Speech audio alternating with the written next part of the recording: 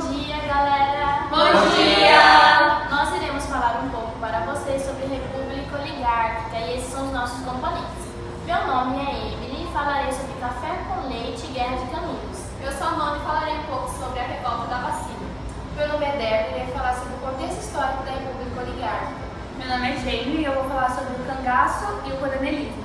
E aí galera, meu nome é Harrison e eu vou falar sobre a Guerra do Contestado. Oi pessoal, meu nome é Luana e eu falarei um pouco sobre a revolta da Chibata.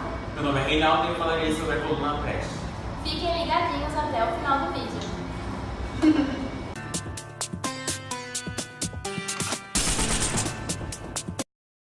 A República Oligárquica foi uma fase na divisão que ocorreu durante a República Velha.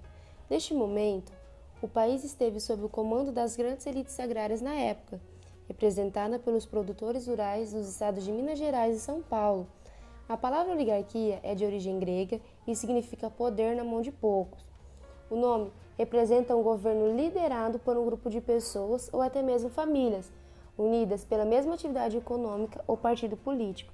Por conta disso, esse período ficou muito marcado pelas tensões sociais existentes, como a política do café com leite, guerra de canudos, revolta da vacina, revolta da chibata, guerra do contestado, coluna Prestes e coronelismo.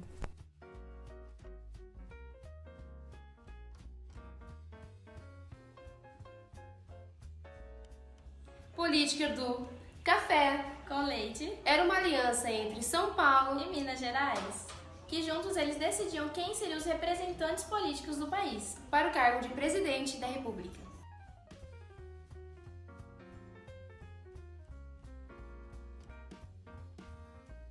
A Guerra de Canudos foi o maior movimento de resistência à opressão dos grandes proprietários rurais. Ele ocorreu entre 1893 a 1897, no Arraial de Canudos, uma comunidade do sertão da Bahia. O governo da Bahia, com o apoio dos latifundiários, não concordava com o fato de os habitantes de Canudo não pagarem impostos e viverem sem seguir as leis estabelecidas. Afirmavam também que Antônio Conselheiro defendia a volta da monarquia, que havia sido substituída pela República em 1889. Antônio Conselheiro, por sua vez, defendia o fim da cobrança dos impostos e era contrário ao casamento civil. Era também um crítico do sistema republicano, na forma como funcionava no período. A Guerra de Canudos aconteceu por conta de que os revoltosos dos sertanejos sofriam uma grave crise econômica e social, caracterizada por secas, desemprego e uma concentração de riquezas nas mãos dos fazendeiros. Eles queriam que essa realidade mudasse, então foram à luta. A guerra serviu para mostrar que, apesar de marginalizadas, as populações do sertão nordestino no final do século XIX não aceitavam a situação de injustiça que graçava na região. Embora derrotado, este movimento ficou conhecido na história do Brasil como marco de luta e resistência social.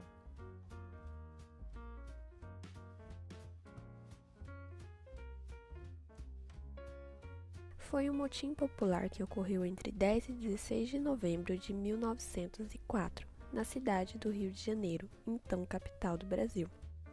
O acúmulo de lixo na cidade desde 1902 fez com que milhares de pessoas morressem anualmente com vários tipos de doenças que se espalhavam.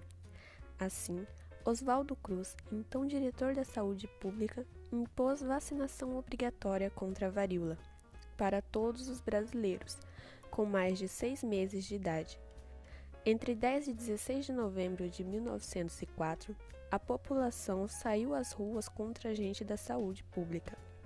Como consequência, o movimento rebelde foi dominado pelo governo, que prendeu e enviou algumas pessoas para o Acre.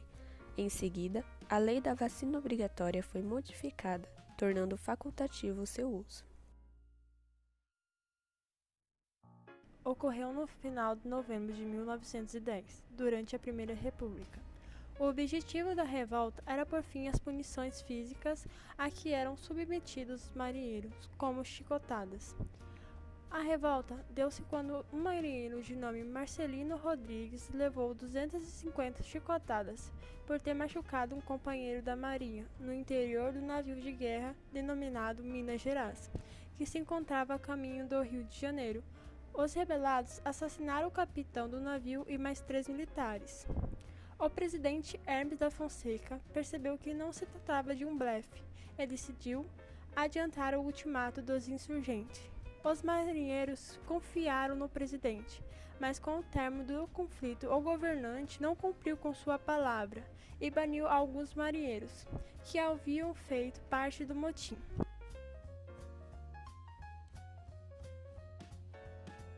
Quando a João Cândido foi aprisionado e atirado em um calabouço na Ilha das Cobras.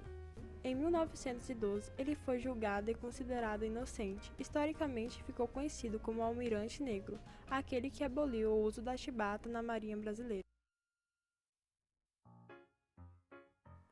A Coluna Prestes foi um movimento político liderado por militares contrário ao governo da República Velha e às elites agrárias.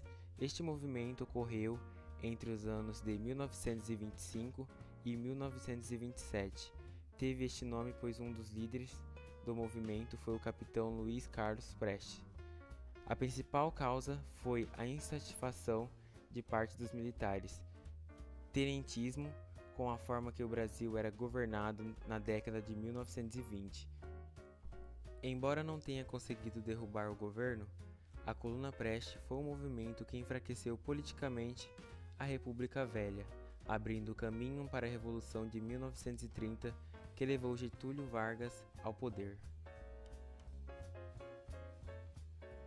Guerra do Contestado começou em outubro de 1912 e terminou em agosto de 1916, na região do Contestado, nos estados de Paraná e Santa Catarina, no sul do Brasil. A Guerra do Contestado foi marcada por intensos conflitos armados, onde os camponeses enfrentaram os militares. Tudo começou pela disputa dos estados de Paraná e Santa Catarina para conquistar uma região fértil de erva mate e madeiras. Uma empresa norte-americana começou a construir uma estrada de ferro que ligava São Paulo e Rio Grande do Sul.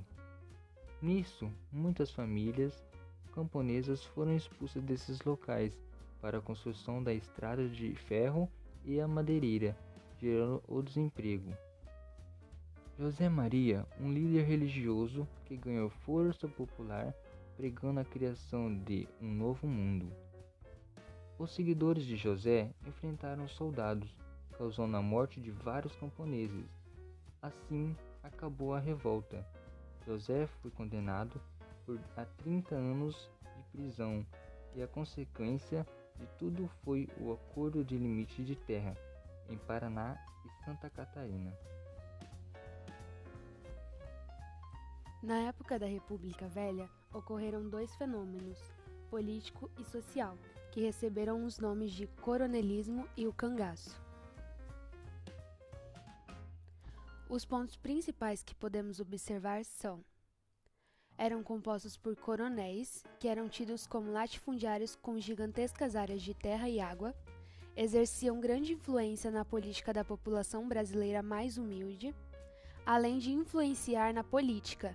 Eles tinham muita autoridade sobre seus súditos, os considerados pobres. O coronel tinha características de um senhor feudal devido à sua autoridade. A população humilde do Nordeste sofria muito com a miséria e a fome. Assim, os coronéis aproveitavam da situação, oferecendo um auxílio a este povo. Os próprios nordestinos costumavam procurar esses latifundiários, mas em troca dos favores era exigido dos pobres que votassem em quem eles queriam. Era a exigência mesmo. Quem escolhia o candidato eram os coronéis, e não o povo. Os coronéis tinham seus jagunços, capatazes, e esses já entregavam as cédulas marcadas para o povo. Daí a origem do chamado voto de cabresto. Depois de eleito, os coronéis designavam os seus parentes para serem funcionários públicos. Dessa forma, a sua família sempre estava garantida no poder. O coronelismo começou a decair em 1930, quando Getúlio Vargas assumiu o poder do Brasil.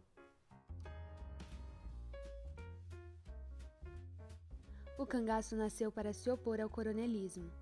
O povo estava cansado com a falta de eficiência do governo em manter a ordem e também com a exploração dos fazendeiros ricos. Eram sertanejos que praticavam atos fora da lei para sobreviver. Visto como vândalos, organizavam-se em bandos armados e praticavam roubos e saques. Contrapartida, recebiam dinheiro dos coronéis para matar seus oponentes políticos. Não tinham piedade e matavam todos os que viam pela frente. O mais famoso cangaceiro da história foi Virgulino Ferreira da Silva, vulgo Lampião. Na história dos cangaceiros, ele foi o que mais se destacou, chegando até a ser chamado de Rei do Cangaço. Lampião morreu em 1938 numa emboscada que sofreu na fazenda Angicos, Sergipe, pelos policiais o tenente João Bezerra e sargento Anceto Rodrigues da Silva.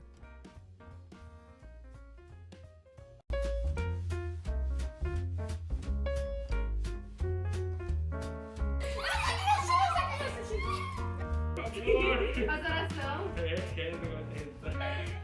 Ah, eu tô chorando. Foi sobre a praia, os filhos, as filhas, Gustavo, então, Ah, eu tô